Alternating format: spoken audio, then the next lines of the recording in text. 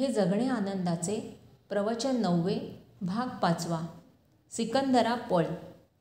सिकंदराच्या जीवनामधली एक कथा आहे. अलेक्झांडर दी ग्रेट हिंदुस्थानावर स्वारी करायला निघाला. त्याने खूप ऐकलं होतं की भारतामध्ये अमुक आहे तमुक आहे, संन्यासी असतात, जीवन मरणाच्या पलीकडे गेलेले असतात. त्याला कोणीतरी असंही सांगितलं होतं की वाटेमध्ये कुठेतरी एक गुहा लागते. त्या गुहेमध्ये एक पाण्याचा झरा आहे. ते पाणी प्यायलं की मनुष्य अमर होतो. त्याने इकडे तिकडे शोध घेतला, कुणालाही न सांगता गेला. कारण आपल्याबरोबर जर सगळे लोक अमर झाले तर मग सगळा आनंदच गेला अमर होण्यातला. तो एकटाच गेला त्या गुहेमध्ये आणि गेल्यानंतर त्याला खरंच एक झरा दिसला. तो पाणी पिणार एवढ्यात वरती एक कावळा काव काव म्हणून ओरडला. त्याने आवाजाच्या दिशेने वर पाहिलं तर कावळ्याने त्याला त्या पाण्याला हातही लावू नकोस असं सांगितलं. हात लावू नको, लांब जा, अंगावर शिंतोडेही घेऊ नकोस, जा पळ इथून. सिकंदरने कारण विचारलं असता कावळा म्हणाला, किती 1000 वर्ष झाली माहीत नाही, मी हे पाणी प्यायलो नि इथे अडकलोय. मला मरायचं आहे पण मरता येत नाही. मृत्यूचं भय. या गोष्टीतली व्यथा कळतीये तुम्हाला? ह्या गोष्टी ऐकल्यावर आपण जागं व्हायला पाहिजे.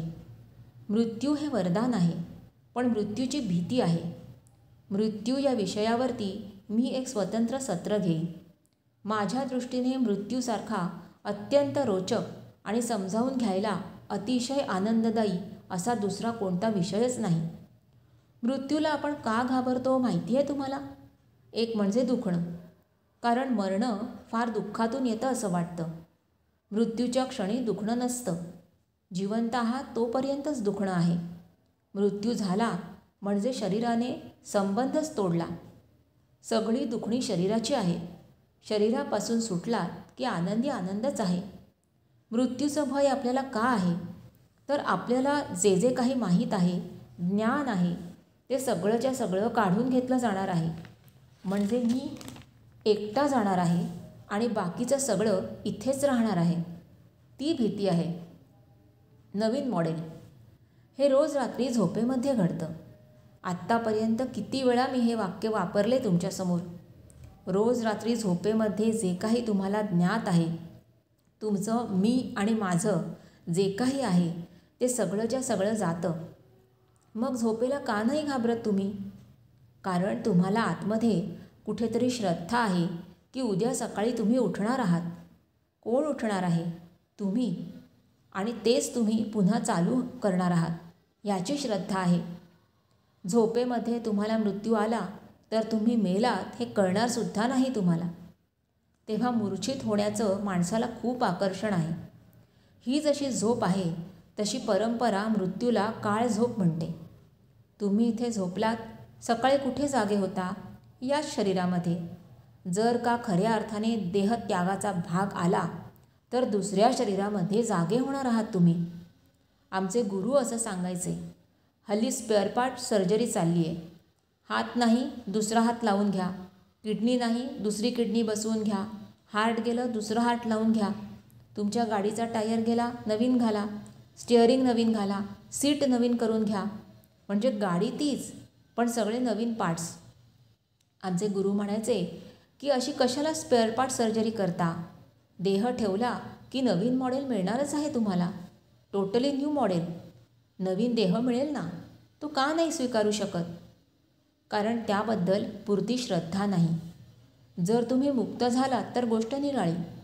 मुक्त झालात तर जन्म मरण्याच्या फेऱ्यातून पूर्णपणे बाहेर पडाल.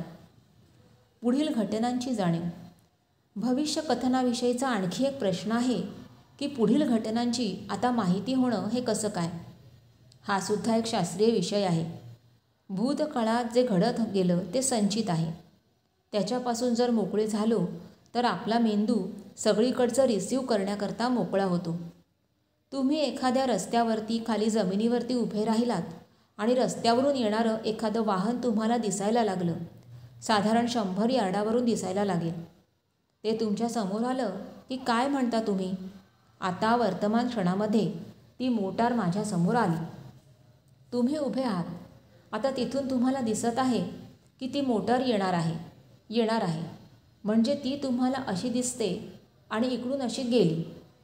ती इथे येणार आहे हे झालं भविष्य आणि ती इकडून तिकडे गेली हा झाला भूतकाळ. समजा एक उंच झाड आहे आणि त्या झाडावरती तुम्ही उभे आहात. मग ती तुम्हाला मोटार फार आधीपासून म्हणजे खालच्या जमिनीवरच्या माणसाला दिसायला लागण्याच्याही आधीपासून दिसेल. खालच्या माणसाला दिसायला लागल्यानंतर काही वेळाने दिसेनाशी होईल आणि झाडावरच्या माणसाला म्हणजे तुम्हाला ती अजूनही बराच वेळ दिसत राहील. समजा उंच डोंगरावरती आहात तर सगळ्या मोटारी फारच अगोदरपासून दिसतील. दोन्ही बाजूंनी येणाऱ्या मोटर्स वेगात असल्या की तुम्हाला जाणवेल त्या गाड्यांचं एकमेकांकडे लक्ष नसेल तर भयंकर अपघात होईल. अपघात होण्याच्या आधी तुम्हाला माहीत आहे की अपघात होणार आहे आणि अपघात होतो. तुम्हाला कसं कळलं? हेच उदाहरण जर निराळ्या स्तरावरती घेतलं तर ह्या प्रश्नाचं उत्तर तुम्हाला मिळेल. कावळा शिवणं. मृताच्या 10व्या दिवशी कावळा शिवतो. याचा अर्थ काय? चालीरीती आहेत. लक्षात आलं असेल तुमच्या, मृत्यूनंतर सगळं काही मिटत नाही तरी काहीतरी शिल्लक राहतं. त्याने काय होतं माहिती नाही, पण गेलेल्या व्यक्तीबद्दल अनंत गोष्टी आपल्या मनामध्ये अपुऱ्या राहिलेल्या असतात. जी व्यक्ती मरते त्या व्यक्तीच्या संबंधात असताना कितीतरी गोष्टी आपण अशा केलेल्या असतात की ज्याबद्दल क्षमा मागायची राहून गेलेली असते. कितीतरी अन्याय केला आणि अचानक ती व्यक्ती निघून गेली. आता संधीच नाही. नंतर रडू येतं, हे करायचं राहून गेलं, ते करायचं राहून गेलं. हे जे दुःख आहे हे आपल्याला त्रास देतं.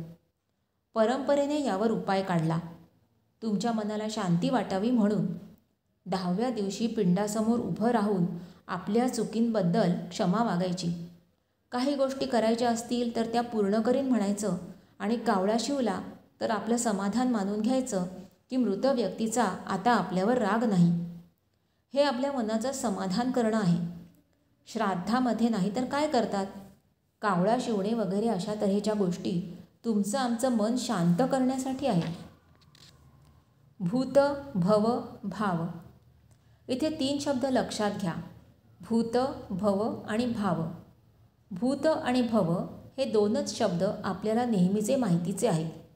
भूत म्हणजे भूतकाळ. भूतकाळामध्ये जे घडतं ते भूत आहे. आपल्या मानगुटीवरती बसलेलं आहे. त्याला तुम्ही हलवून बाजूला काढू शकता. भव म्हणजे भविष्यकाळातलं. सुखी भव असा आशीर्वाद देतात ना, म्हणजे आत्ता तू सुखी नाहीस पण पुढे तू सुखी हो. आयुष्यमान भव म्हणजे हे आयुष्य तुला खूप मिळो. भविष्यात आहे पण भूत आणि भव याच्यापासून बाहेर आपण पडलो तर मध्ये वर्तमान क्षणामध्ये आपण राहू शकतो. त्याला म्हणतात भाव. भव म्हणजे भवसागर आहे. म्हणजे उद्या माझं काहीतरी होणार आहे त्याबद्दलची आशा, त्याबद्दलची इच्छा या जोपर्यंत मिटत नाही तोपर्यंत तुम्ही भवसागरामध्ये गटांगळ्या खाता असं परंपरा सांगते. त्या भवसागरातून मुक्त व्हायचं असेल तर भूतकाळामध्ये नाही राहायचं, वर्तमान क्षणामध्ये राहायचं. तो भाव आहे. भाव म्हणजे अभाव नाही. वर्तमान क्षणामध्ये सदा जागरूक राहण्याने तुम्ही भवसागराच्या पलीकडे जाता. म्हणजे वर्तमान क्षणामध्ये जे आहे, जसं आहे त्याच्याशी तादात्म्य पाहून ते स्वीकृत करून तुम्ही जगू शकता.